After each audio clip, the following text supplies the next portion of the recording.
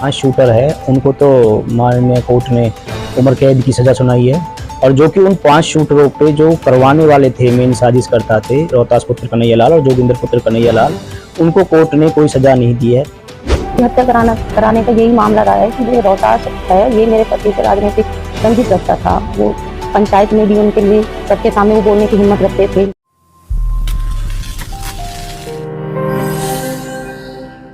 BJP नेता एवं सोहना market committee की प्रधान सुखबीर उर्फ सुखी मर्डर मामले में करीब 3 साल की पैरवी के बाद गुरुग्राम एडिशनल डिस्ट्रिक्ट एवं सेशन जज सुनील कुमार दीवान की अदालत ने अपना फैसला सुनाते हुए 5 हत्यारोपियों को दोषी मानते हुए उम्र कैद की सजा सुनाते हुए 1-1 लाख रुपए का जुर्माना भी लगाया। लेकिन अदालत के इस फैसले से मृतक की पत्नी व बेटा संतुष्ट नहीं है, जिनका कहना है कि अदालत से सिर्फ उन लोगों को सजा मिली जिन्होंने बीजेपी नेता की गोलियों से भूनकर हत्या की थी, लेकिन अदालत ने उनको सजा नहीं दी जिन व्यक्तियों ने राजनीतिक रंजिश को लेकर सुखबीर की हत्या की पटकथा लिखी थी और रुपए देकर यह हत्या कराई थी। पीड़ितों का कहना है कि आरोपी ने एटीएफ की इन्वेस्टिगेशन के दौरान हत्या के पीछे के कारणों का खुलासा किया था। एसटीएफ ने आरोपी जोगिंदर ने हत्या कराने के लिए आरोपियों को 27 लाख रुपए हथियार खरीदने के लिए भी दिए थे, जिनमें से पुलिस ने 7 लाख रुपए भी बरामद किए थे। पुलिस ने सबूत के आधार पर सीसीटीवी भी अपने कब्जे में ले ली थी, लेकिन उसके बावजूद भी अदालत ने आरोपी को सजा नहीं दी।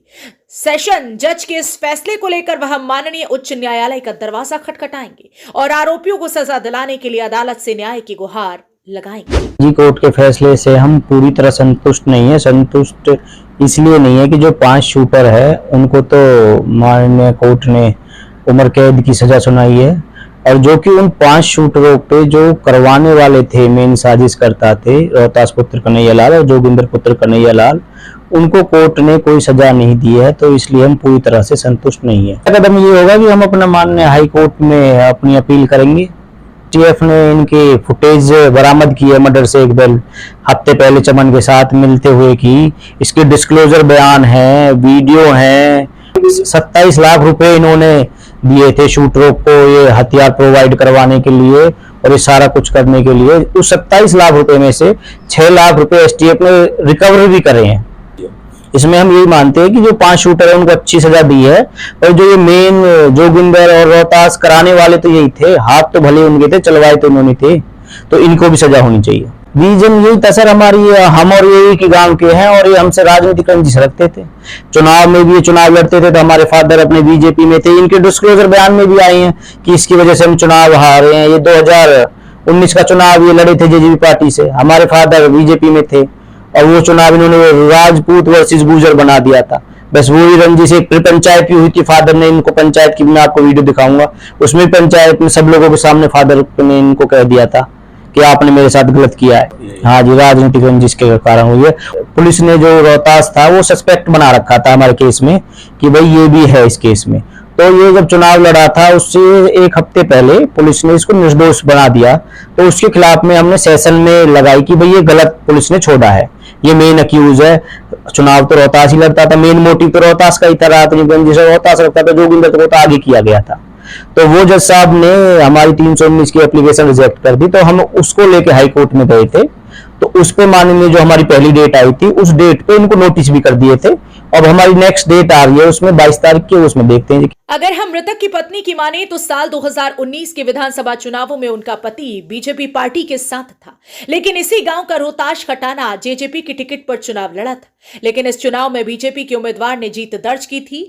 जेजेपी की टिकट पर चुनाव लड़ने वाले प्रत्याशी का मानना था कि वह मृतक सुखबीर की वजह से चुनाव हारा है, जिसके बाद गांव में पंचायत भी हुई। तभी से रोहतास खटाना व उसका भाई जोगिंदर सुखबीर से रंजिश रखने लगे, जिन्होंने मृतक के साले को अपने चंगुल में फंसाते हुए उसे 27 लाख रुपए देकर सुखबीर की हत्या कराने के लिए तैयार किया। और फिर षड्यंत्र के तहत सुखबीर जनवरी 2022 में उस समय सुखबीर की हत्या करा दी गई, जिस समय वो गुरुग्राम मॉल में कपड़े खरीदने के लिए गया था। लेकिन अब वहां यह फैलाई जा रही है कि सुखबीर का साला चमन अपनी बहन के प्रेम विवाह से नाराज था, जो कि गलत है।